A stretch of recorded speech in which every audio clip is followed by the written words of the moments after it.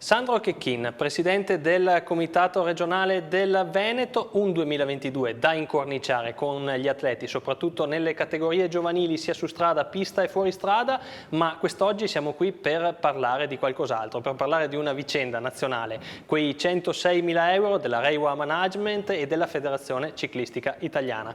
Lunedì c'è stato il Consiglio federale a Roma. Quali sono le spiegazioni che vi sono state fornite a voi che rappresentate il ciclismo delle varie regioni in Italia? Sì, io ho partecipato appunto lunedì al Consiglio nazionale aperto ai presidenti. Sì, in realtà non è che abbiamo avuto altre spiegazioni rispetto a quelle che già conoscevamo.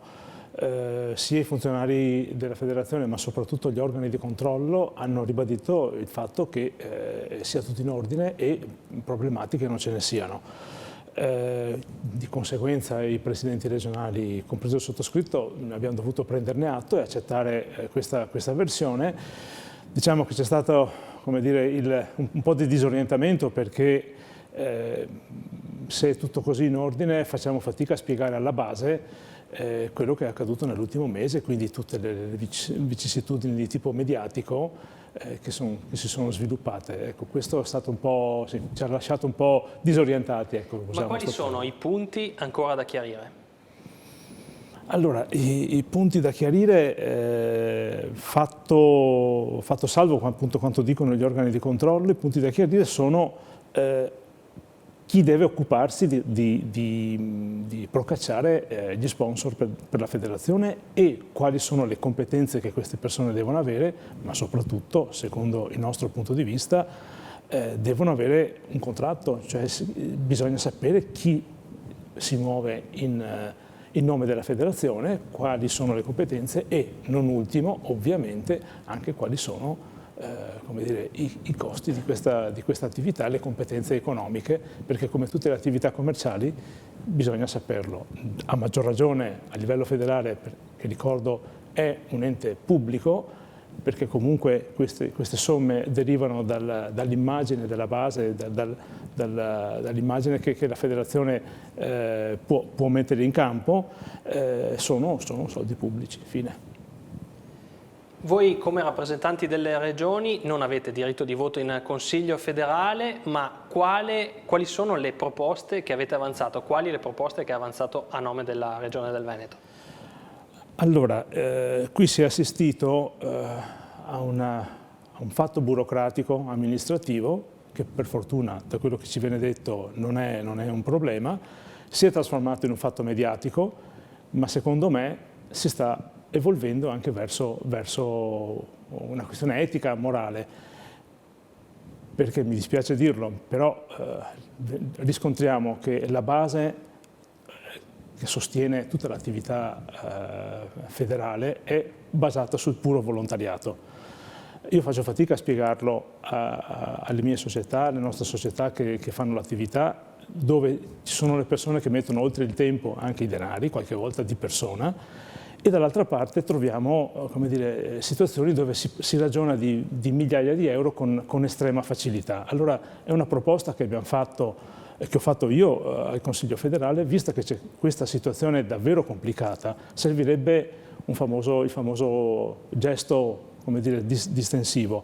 Io ho chiesto che i proventi di queste sponsorizzazioni, cioè le competenze di famosi 100.000 euro, rimanessero nelle casse federali e, come ha fatto anche qualche altro campione, fare un gesto di generosità e rinunciare a queste somme.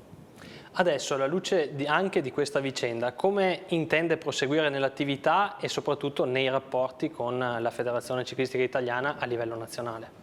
Allora, come ho detto, noi ovviamente dobbiamo accettare le versioni soprattutto degli organi di controllo e come dirigenti federali siamo anche felici se non è successo nulla, sia chiaro. Certo, qualche dubbio rimane, soprattutto rimane il dubbio che si è scatenato in questi giorni, e cioè c'è stata una persona che ha sottolineato il problema, ha dovuto insistere anche come dire, con una certa energia, ed è passato da rompiscatole. Ecco, questo aspetto secondo me è stato è un errore, nel senso che noi tutti vogliamo rispettare le regole, vogliamo e siamo, come dire, siamo ben felici di poterle attuare, però ecco, chi ha sottolineato queste questioni, farlo passare da rompiscatole sì, è stato un po' ingeneroso. Cosa si può dire alla famosa base, a quella società, a quei dirigenti, a quei volontari che tutti i giorni si impegnano in favore del ciclismo e che sempre di più in questi giorni, anche e in particolare in Veneto, hanno dimostrato la propria insofferenza e i propri primi segnali di protesta?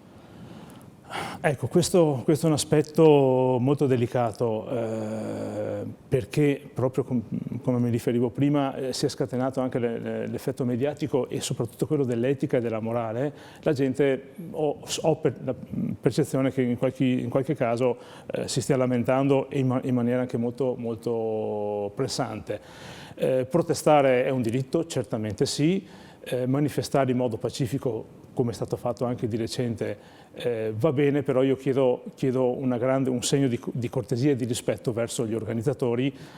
Chi protesta abbia particolare attenzione agli organizzatori che hanno già un sacco di pensieri, se possibile evitiamo di caricarli di ulteriori responsabilità. Quindi protestare va bene, ovviamente in modo pacifico, questo è ovvio, però vi chiedo davvero col cuore in mano, fate attenzione agli organizzatori, abbiate un grande occhio di riguardo verso di loro.